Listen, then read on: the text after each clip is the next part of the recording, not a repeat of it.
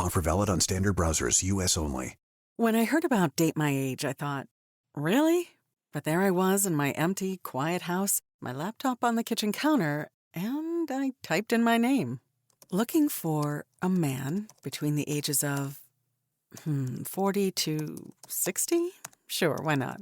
Date My Age is different. With verified profiles, you can feel safe and secure to explore meaningful connections with interesting and mature singles. Date My Age made it really easy. I could join and view online profiles for free. All of a sudden, my empty house wasn't so quiet anymore. I got so much attention, it just made me feel seen and alive. Date My Age helped me start a totally new chapter in my life. Find a friend, a lover, a partner at Date My Age. Get 60% off when you join at datemyage.com today. That's datemyage.com to connect with thousands of singles worldwide. datemyage.com. Criminology is a true crime podcast that may contain discussion about violent or disturbing topics. Listener discretion is advised.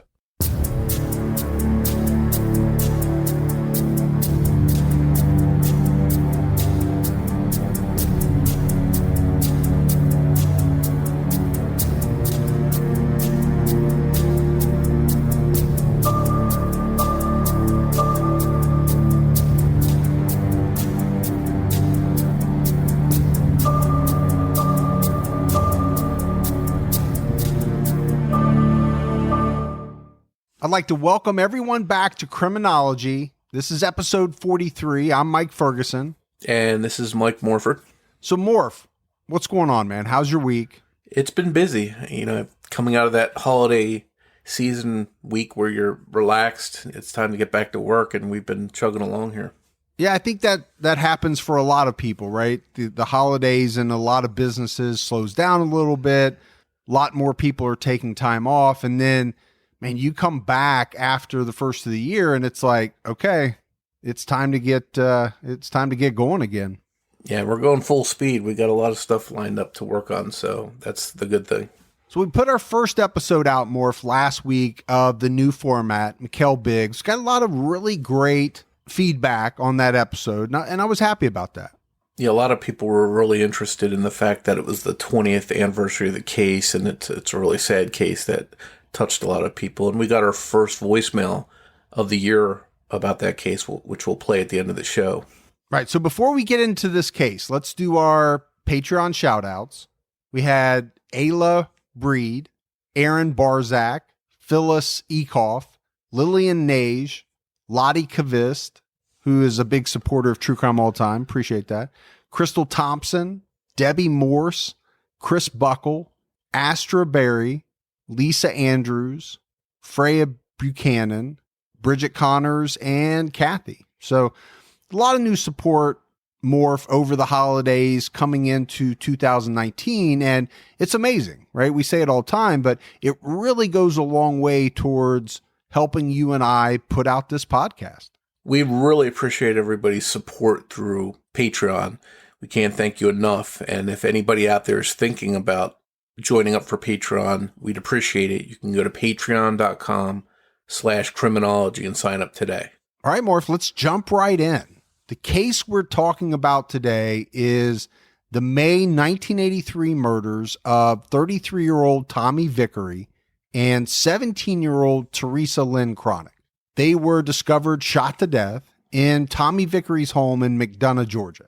And there's a number of possibilities in this case that we'll be exploring.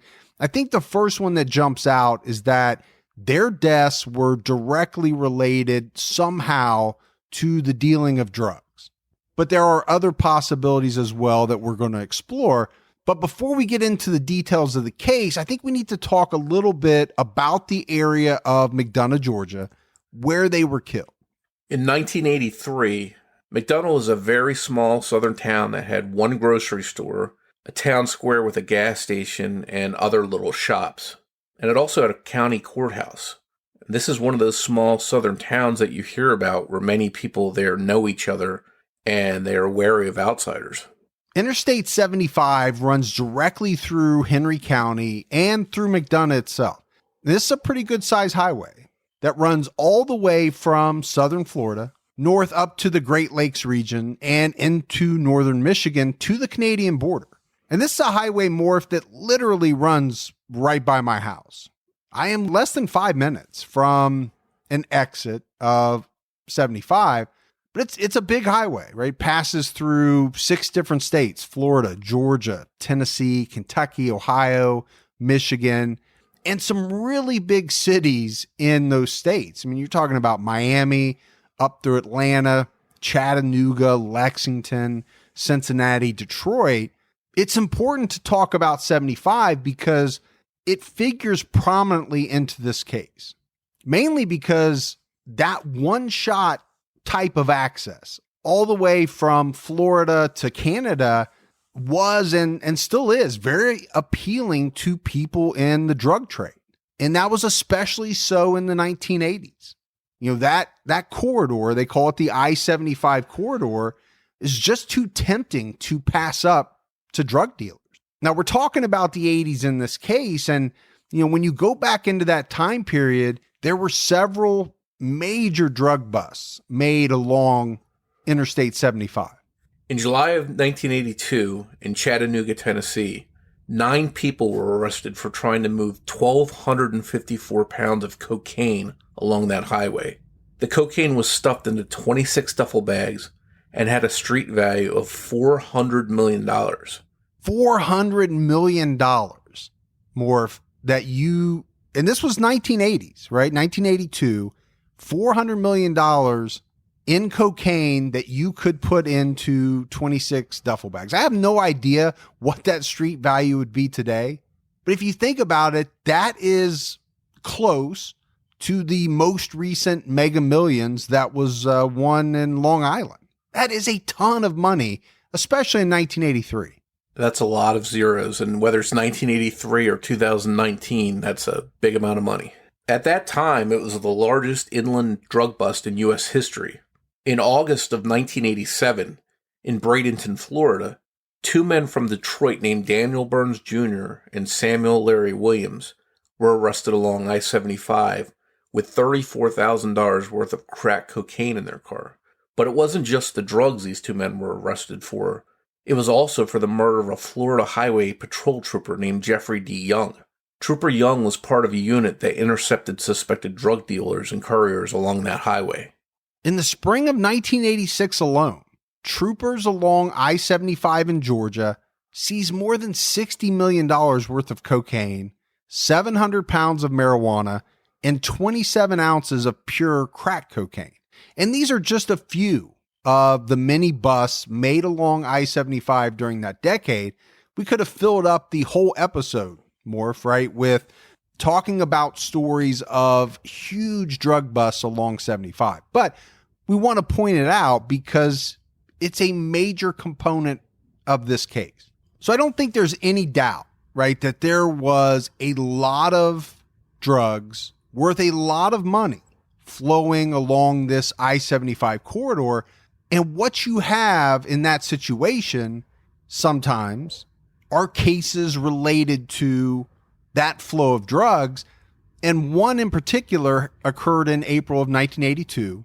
And this one happened in Henry County, the county that we're talking about, when Sheriff Jimmy Glass was convicted of taking bribes to drop drug cases. He was ultimately sentenced to 35 years in prison for the related charges, but I guess it came out that he even allowed drug dealers to use small local airstrips to move drugs in and out of the area, but he wasn't the only one convicted. Herschel Childs, who was the Henry County Chief of Police, was also convicted alongside Glass. So you have to imagine this scene. You have 2 high-ranking law enforcement officials in that county being convicted of, these types of crimes. It was so bad there that by 1985, the entire Henry County Police Department was abolished. So you have a real problem in Henry County in the early 80s, early to mid 80s. There's uncertainty. There's a lack of anyone at the top accountable after the 1982 convictions of Glass and Childs. So what you have is even more drugs, basically just flowing freely through this area. But now the people involved in moving the drugs, they don't even have to bribe anyone anymore. All of this, in part, led to Tommy Vickery's problems and perhaps to his eventual death. In the early 1980s, Tommy Vickery lived with his wife Mary and their 2 young sons on Rosser Road, within McDonough city limits. This was roughly 1 to 2 miles from the town square. Tommy worked various jobs from selling insurance to doing auto repair, but he wasn't happy doing those kind of jobs, and he wanted to make more money. At some point during 1982, Tommy got involved in the drug business in the McDonough area, and he linked up with a man named Gustav from Miami, Florida. Gustav, who went by Gus, became a friend to the entire Vickery family, often taking the family out for expensive dinners. This also included Tommy's sisters as well as his mother. Gus always paid for everything, showing off the fact that he had a lot of money to spend. Gus got so close to the Vickery family that he was even at their Thanksgiving dinner in November of 1982, while Tommy got stuck in Florida transporting a drug shipment. By all accounts, Gus opened the door to this drug cartel operating out of Miami. So Tommy Vickery was cozying up, working with, possibly alongside, some very dangerous people. But it wasn't just the people that were dangerous for Tommy. The drugs themselves would also prove to be a major problem for him. He began using the drugs that he was selling. And doing this led to a whole new set of complications. By May of 1983, when Tommy Vickery was 33 years old, he had become heavily addicted to freebasing crack cocaine. And this heavy drug use led to Tommy Vickery becoming indebted to the Miami cartel to the tune of about $25,000. That's a pretty dangerous situation that Tommy opened himself up to. Nobody wants to be in debt to a drug cartel for $25,000. Well, I think if you look at it this way, $25,000, being in that much debt over drugs in 1983, $25,000 is a lot of crack cocaine. So I think it goes to the fact of how deep he got into his drug addiction. But then you look at it this way. You don't want to be indebted to the tune of $25,000 to anyone, especially over drugs. But more specifically, you don't want to be indebted to a drug cartel for any amount of money. Tommy wanted to shield his wife from the particulars of his drug dealings. And Mary was smart enough to know to be gone from the house a lot to keep their children in the dark about Tommy's lifestyle. Mary Vickery was very active with her kids. They played a lot of sports, and she would take them to their games frequently. Between her job and her kids, Mary Vickery kept quite busy, and it allowed Tommy Vickery to do the things that he wanted to do while being out of sight. So Tommy had a small covered barn in the back of their house. And it was in this barn that, according to family members, he would sell and use drugs with people that came to the house. And I guess people were constantly coming and going to the house, and specifically to this barn. And one of the people that showed up there was a 17-year-old girl named Teresa Lynn Cronic. Teresa was known as Terry Lynn to her friends and family. She lived in her grandmother's mobile home on Route 4, Sunnybrook Drive in McDonough, Georgia. And she lived with a rather large family there, including her grandmother, her mother, 3 brothers, and 2 sisters. Teresa was, by all accounts, a happy child growing up. She was into baton twirling in junior high, and it was said that she would throw the baton as hard as she could, as high as she could in the air, and then she would run like crazy to avoid it coming down and hitting her on the head. Teresa was a jokester. She was funny. She liked to play pranks. She would jump out and scare her little brother, and then she would chase him down and tickle him until he almost peed his pants. Obviously, this happened when they were younger, but I think the point to make is Teresa Cronic was a sweet kid. She was loyal to her friends and family, and as she got older, she remained very close to her family. She really wasn't the type of person to get into trouble. And that's why it surprised a lot of people that she would become the victim of this type of violent crime. According to Tommy's wife, Mary, on Mother's Day, Sunday, May 15th, 1983, Tommy asked Mary to help him refinance their house so he could pay off the $25,000 drug debt that he owed the Miami cartel. Tommy and Mary got into a huge argument about this. Mary was very shocked and upset by what Tommy told her. Tommy promised her that he was going to clean up his life and turn things around. As we said, for the most part, Mary was shielded from any of the specific details of Tommy's life involving drugs.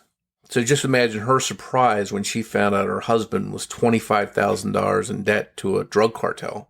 Whether or not she condoned any of her husband's drug activities, you would think that she would have been worried for the safety of her children at that point. And Morph, I think it's important to say, we don't know the real extent of what Mary knew about what Tommy was doing, right? We know that he tried to shield her, but obviously during this argument, like you said, she was surprised to find out that he owed $25,000 to a drug cartel. I think at that point, regardless of what you knew before, you know that your husband is into something shady at that point.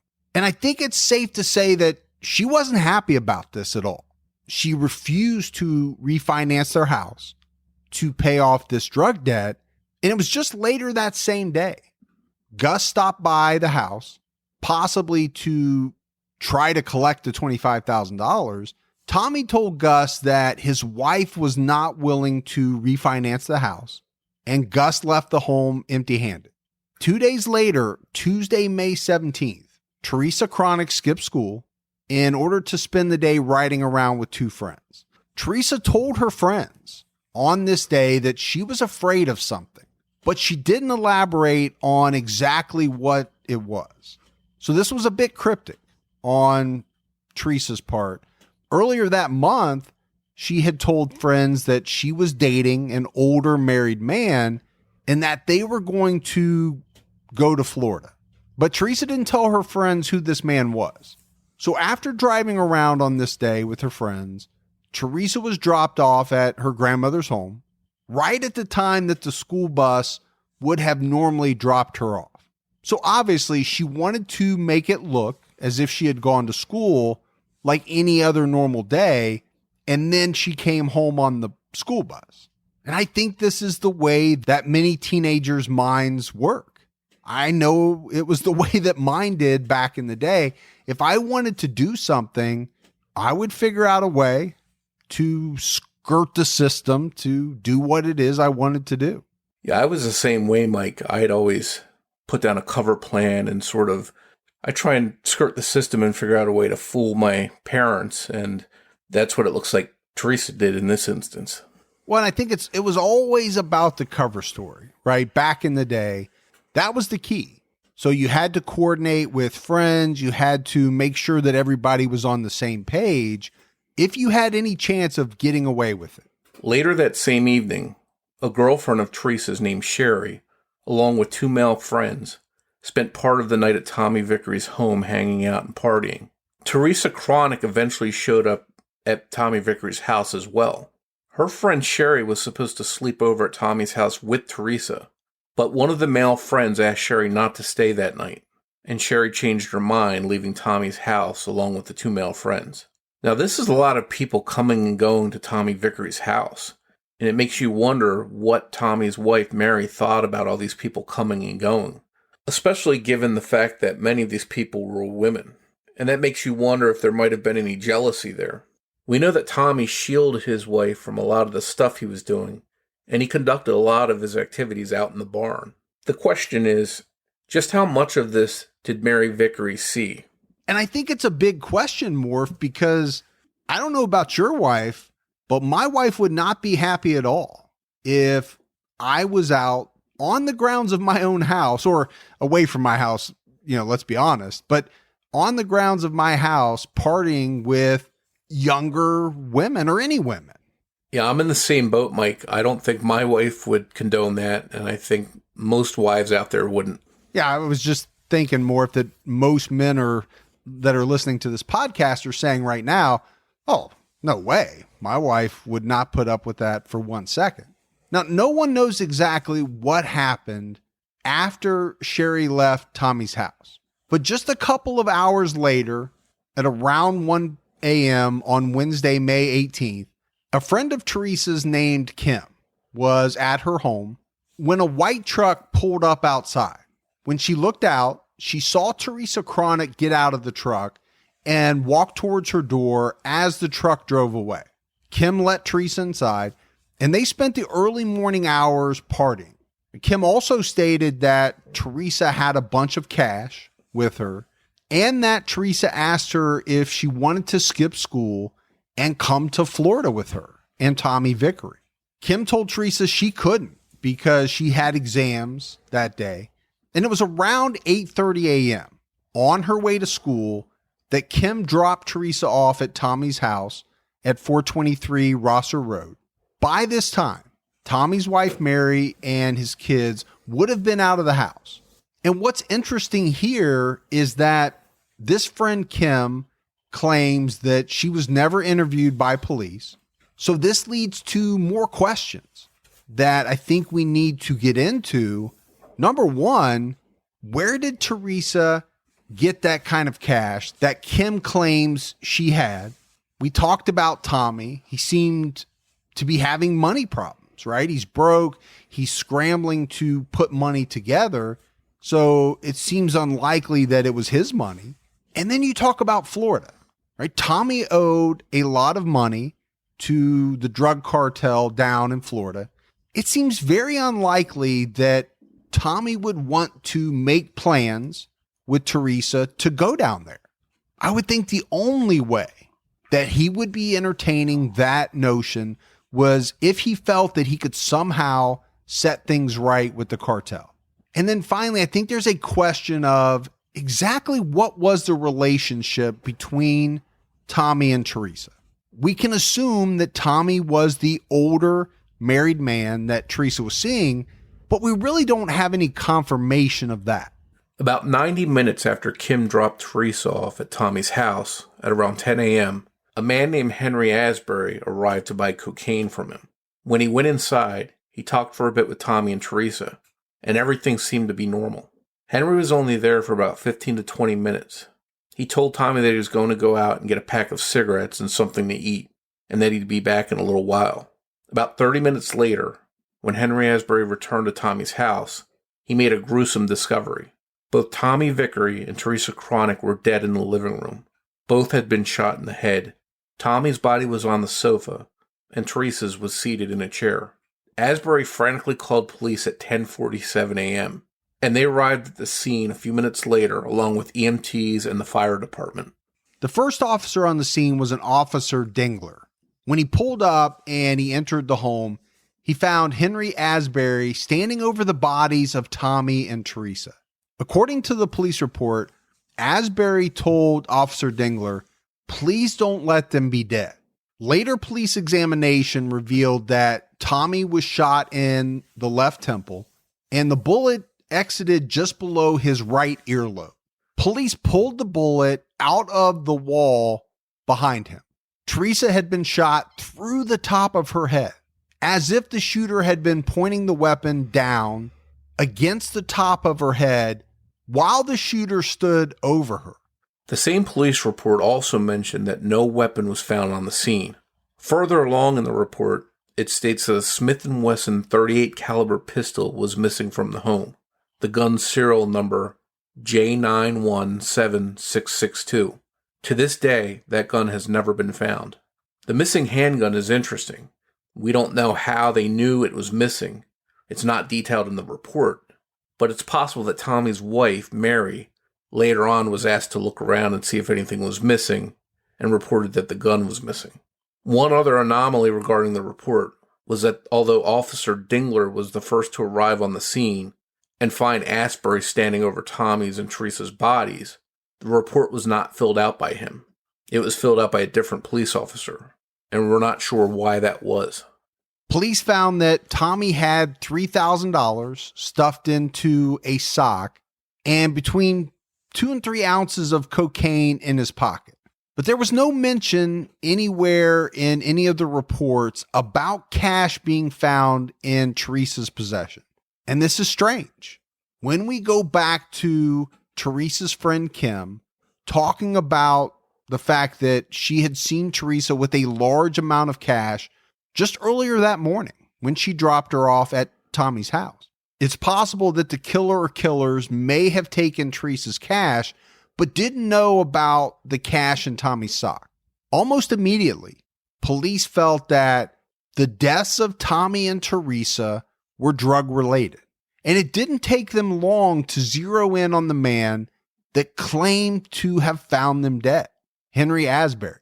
He was the last one to see them alive. He had conveniently left for a short period of time and then returned to find them dead. He could have ditched any of the money, drugs, the gun before returning. And he admitted that he was there to buy drugs. But the clothes he wore that day didn't have any of Tommy's blood on them. They didn't have any of Teresa's blood on them. But even given that fact, the police really made an effort to see if Asbury was somehow involved in these murders. He was arrested at the scene for violating the Georgia Controlled Substances Act. Search warrants were issued for Asbury's home, and police performed the gunshot residue test on him to see if he had fired a gun that day. According to the results, he hadn't. Asbury was later released on $10,000 bond, and it seemed like the police didn't have anything to link him to the murders. When police searched the barn where much of Tommy's drug activities occurred, they found several 55-gallon drums of airplane fuel, which seemed to be an odd thing for him to have. This might make you think back to the 1982 conviction of Henry County Sheriff Jimmy Glass, who allowed drug dealers to use small local airstrips to move drugs in and out of the area. And people over the years have wondered if there was some kind of connection there. After the murders, Tommy Vickery's wife, Mary, was not allowed to return to the home for 3 days. Obviously, it was a crime scene. So it wasn't until May 21st that the Georgia Bureau of Investigation allowed Mary to return to the home. Now, she was also given the $3,000 that police found in Tommy's sock so that she could use that money to bury him. Once Mary entered the house, she found a bloody and disturbing crime scene. And Morph, I think we have to paint the picture of what Mary Vickery saw when she got back into her home. And for one thing, she found her husband's packed suitcases. So before he was killed, Tommy Vickery had packed much of his clothing into some suitcases. The other thing that she found was the biscuits that Henry Asbury had purchased when he went out on the morning of the murders. Teresa's purse was still at the house. And according to Mary, when she looked inside the purse, she found several hypodermic syringes. And she called back to police and said, hey, you need to come out and get some of these things, especially the purse. And they did. The police came back out, took Teresa's purse, and put it into evidence. I think this is a good place to ask the question, did police botch this investigation in any way? They left potential evidence at the scene, and even though police suspected that the deaths were related to Tommy's drug dealing, they gave the $3,000 cash found in his sock back to his wife in order for her to pay for Tommy's funeral.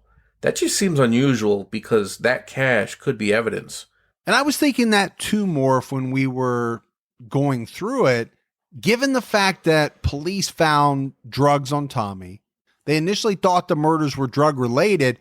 It just seemed very strange to me to think that this $3,000 in cash, which is a lot of money to have on you, would not also in some way be connected to drugs and maybe to the murder. Now, there are definitely some theories and possible suspects in this case to dissect. And I think the first angle that we have to look at is the police history there in McDonough, Georgia. We've talked about it a little bit. We know based on arrests and convictions in the early 80s, they had a major problem with police corruption. There were also some things that were a bit unusual regarding the investigation into the murders of Tommy and Teresa. Obviously, we have the $3,000 that we just talked about. I just don't know how often it is that police give money back to a family member of a victim that could potentially be evidence in a case. And then you have the fact that the first responding police officer to the home that morning was not the same officer that filled out the report. And, this is the police report detailing what was observed when they first arrived at the scene. Why would that not have been the first officer on scene? I don't know the answer to that, but I think you asked the question, is there anything shady going on with that?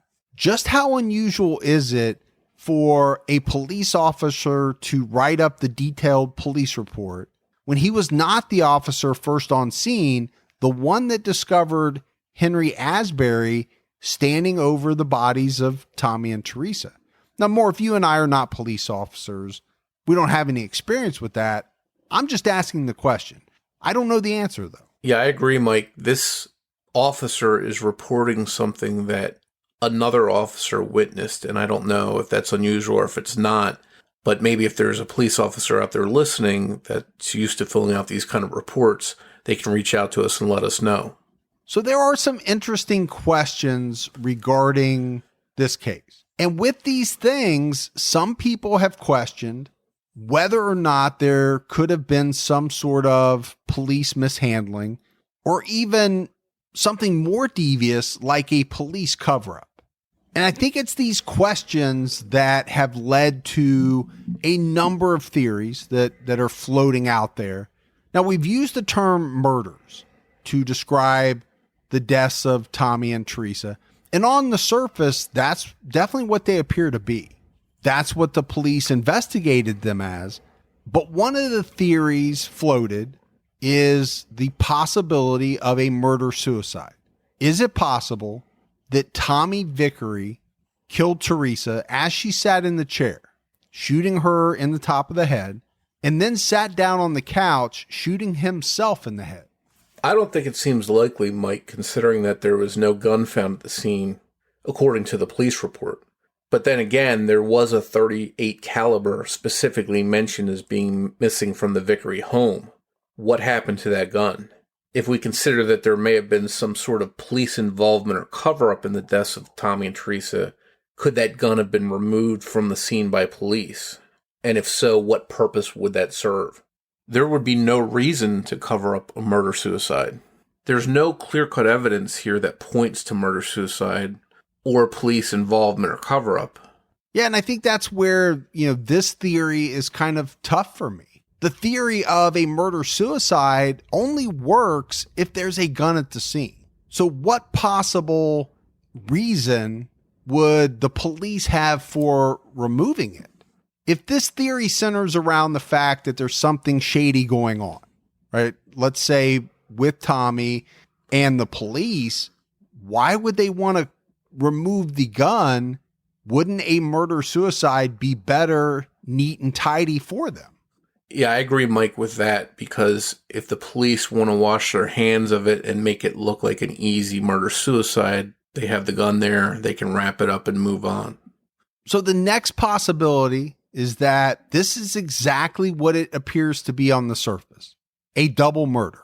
And then the next logical question is, who killed Tommy and Teresa and why? Given that there are known drug dealing connections to Tommy Vickery, his large debt to the cartel, a cartel ordered hit on Tommy seems like a distinct possibility here. And it could be that Teresa Cronic was simply in the wrong place at the wrong time and was collateral damage. We know, Morph, drug cartels can be ruthless. And a hitman sent to deal with Tommy Vickery, I don't think that's a theory that's too hard to believe. But whatever happened to Tommy and Teresa, it happened in a very short period of time. That half hour or so when Henry Asbury had gone to the store to get food and cigarettes. what are the chances that a cartel hitman just happened to show up during that small 30-minute window of time, killed Tommy and Teresa, and then escaped without being seen? That makes me wonder if a hitman there would spend time trying to torture Tommy Vickery to get some money out of him that was owed to the cartel. And if that's the case, he likely would have been encountered by someone, perhaps Henry Asbury. And if the drug angle is at play here, could Tommy's friend Gus have played a role?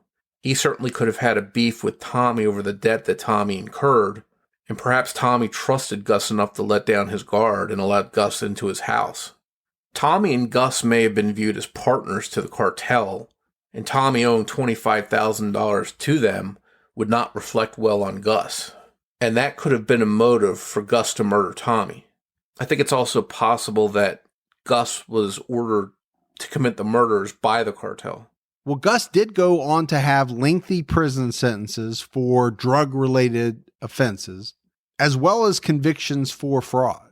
But I think most disturbingly of all, a closer look into Gus's background reveals some very violent events. In September of 1978, Gus's wife of just a few months, Judy, went to pick up her car from a local garage where she had some work done on it. When she was driving it home, a bomb exploded in the car. And I don't know how, Morph, but somehow Judy escaped serious injury. But it was just a couple of weeks later that she wouldn't be so lucky. Judy was at her mother's home when somebody attacked both her and her mother. Both were beaten with a hammer, and Judy was shot. And it was Judy's brother that came home and found his sister and his mother on the floor. But the attacker was still in the house. So before her brother could even call for help, the attacker jumped out and beat him with a hammer. Judy's brother bolted from the home and ran to a neighbor's house. It was there that he called police, and he told them that the man who attacked him was his brother-in-law, Gus. When police got to the home, there was no sign of Gus or anyone else inside. All three victims were taken to the hospital. Judy's brother wound up surviving, but both Judy and her mom died. Before Judy died from her wounds, she told a hospital worker that Gus did it. Gus was arrested for 2 counts of murder and 1 count of attempted murder, and went to trial for the charges in 1979. But both Gus's family and his employer gave him an alibi. They stated at the time of the attack on Judy and her family that Gus was 35 miles away from home with them. And this alibi proved to be huge, because Gus was found not guilty on all charges and walked away from trial a free man. Soon after Tommy and Teresa were murdered, a judge authorized wiretaps of some phones as part of the investigation into the double murder case. During the wiretap, police collected information that led to a $1 million drug bust in DeKalb County, Georgia. This was just 2 months after their murders. As a result of the bust, 3 people were arrested, and one of those 3 people was Gus. So, Morph, it seems like we're harping on this, but it's important, right? Gus had a long history of assorted crimes, and some of the people that he was close to over the years wound up dead. That makes him appear as a pretty good suspect, potentially, in the murders of Tommy Vickery and Teresa Cronic. But having said all of that, there is no physical evidence linking him to their murders, and there are no witnesses that place him at the scene of the crime that day. Whether or not Gus pulled the trigger, we might not ever know, but one thing's for sure, he definitely was not a good guy. No, he was not squeaky clean, for sure. You know, he had a lot of skeletons in his closet. I think we still have to consider another possible suspect, and that's Henry Asbury. After all, he was the last person to see Tommy and Teresa alive, and then reported to police that he found them dead a short time later. Could he have had anything to do with the deaths of Tommy and Teresa? We know that Henry Asbury was at Tommy's home to buy drugs. He also had minor records for offenses related to drugs. People have theorized that Henry could have come up with a plan to rob Tommy, and things got out of hand. Again, that timing of him leaving for a very short time and an unknown killer or killers slipping in and out before he came back seems a little too coincidental. However, as we mentioned earlier, for these same reasons, police suspected him. They tested him for gunpowder residue, and he didn't have any. So it seems that unless he had an accomplice that actually pulled the trigger, that the timing of him coming and going from Tommy's house might just be a coincidence. Henry Asbury can't provide any more answers because he died in 2012. There's one more possibility that some people have suggested and looked into, and that's the possibility that Tommy Vickery's wife, Mary, murdered Tommy and Teresa. If it was true that Tommy and Teresa were having an affair, that might give Mary motive for murder. But I think we need to point out that at the time Tommy and Teresa were shot to death, Mary was at work. And given that alibi, police didn't consider her a suspect. But there was at least one family member that has stated over the years that Mary was at the house on the day of the murders. And Mary herself later admitted that she was angry with Tommy on the day of the murders because Tommy was heading out of town and he didn't tell her in advance. And more, if this goes back to what we talked about, Tommy had his suitcases packed on the day of the murders. There's no doubt about that, right? Mary found those suitcases when she was finally let back into her house, but it appears that Mary wouldn't have really benefited from killing Tommy because she didn't stand to make any money from it. I mean, for one thing, she needed the $3,000 cash they found in Tommy's sock to pay for his funeral expenses. And Morph, as far as we know, Tommy Vickery didn't have some big insurance policy. I just don't see anything that makes me even think that Mary Vickery had anything to do with her husband's death. And obviously the police didn't think so either. They didn't consider her a suspect at all. So in the end, it's hard to come to any solid conclusions in this case. Being in debt to a drug cartel would certainly have put Tommy Vickery at risk. And it's possible that Teresa was in the wrong place at the wrong time. This is one of those cases, Morph, where I'm not sure we're ever going to really know the truth. Yeah, I agree, Mike. There's a lot more questions than answers here. And sadly, 35 years later, the case remains unsolved.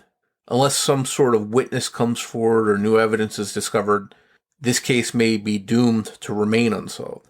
This case hasn't had a lot of public attention over the past 3.5 decades, but it hasn't been forgotten either. Teresa's friends and families created a Facebook page for her called In Loving Memory of Teresa Lynn Cronic. Everyone that knew Teresa describes her as being a positive person whom they liked and admired. Teresa was and certainly is loved and missed by many people. In particular, 2 people we'd like to thank for bringing this case to our attention and for assisting us in gathering material for this episode are Robert Anderson and Cheryl Bond, who have researched and advocated for answers in this case.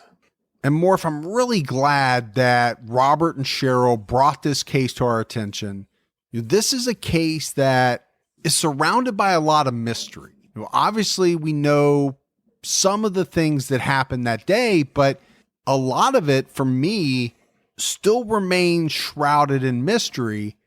And those are the cases where, like I said, I do think this is a hard one to solve, but not impossible. Nothing's impossible. You and I have said that a number of times. There still could be people out there that know what happened that day. Now, some of those people that knew may now be deceased. I would love to see a case like this be solved, especially for the family and friends of Teresa Lynn Cronic. I believe more from the research. This was a good girl. I think she had her life ahead of her. Now, she might have gotten into, some drugs and things like that, but by everything you read about her, she was a great person. And I think her family, her friends, they deserve to know what happened to her. But that's it for this episode. And The Unsolved Murders of Tommy Vickery and Teresa Cronic. Now, Morph, we did get our first voicemail of 2019, and it came in from Erica Clifford, and it was about our episode on Mikkel Biggs. So let's play that, and then we'll talk about it a little bit. Hi there, this is Erica Clifford. I just listened to your new podcast on Mikkel. I believe that's how you pronounce it, from Mesa. And I was thinking about the quarters and also thinking about the ice cream truck. I would imagine, or I would hope they would have checked into the ice cream truck. It seems odd that she was dropped those 2 quarters and didn't get her ice cream, and she was still riding in circles when her sister told her to come home. So just wondering if that was something I might have missed. By the way, I love your show. I've listened to it from the very beginning, and you two are phenomenal. Thanks. Keep on doing the great work you do. Bye. So you can hear from that voicemail. Erica wanted to know if the ice cream man that we talked about in the episode could have had something to do with Mikkel Biggs' disappearance. Actually, there have been people over the years that have asked that same question. And as far as we can tell, the ice cream man was questioned and was not considered a suspect. But Eric was certainly thinking about possibilities in Mikkel's case, and we appreciate her call. And I do this more when I listen to podcasts, and I think a lot of people do, right? As you're hearing the stories of these cases, you're not just listening, you're processing that information. And a lot of times what happens is questions pop up into your head. Now, we try to answer the questions, but we don't always cover every single minute detail. And this was an amazing question. Erica's listening to the podcast and says to herself, whatever happened to that ice cream guy? And she's probably saying, why did Mike and Morph not talk about it? Which we probably should have, but we love it. And we want to hear more of those types of questions. So if you want to leave us a voicemail about the show or a particular case, you can call us anytime at 661-77-CRIME, and we may just play your voicemail in an episode. If you like the show, please take a minute, if you haven't already, go out, give us a 5-star rating. You can give us a review as well, either on iTunes or whatever podcast app that you use. It really goes a long way. It helps other people find the show, and it means a lot. And we love hearing from people on social media, too. You can always find us. We're on Twitter with the handle @CriminologyPod. We're also on Facebook. You can find us by searching Criminology Podcast or by joining our Facebook discussion group, which is called Criminology Podcast Discussion and Fans. So if you haven't done so already, make sure you subscribe to the podcast. That ensures that you don't miss a single episode of Criminology. So this is Mike. And this is Morph. And we'll be back with you next week with an all-new episode of Criminology.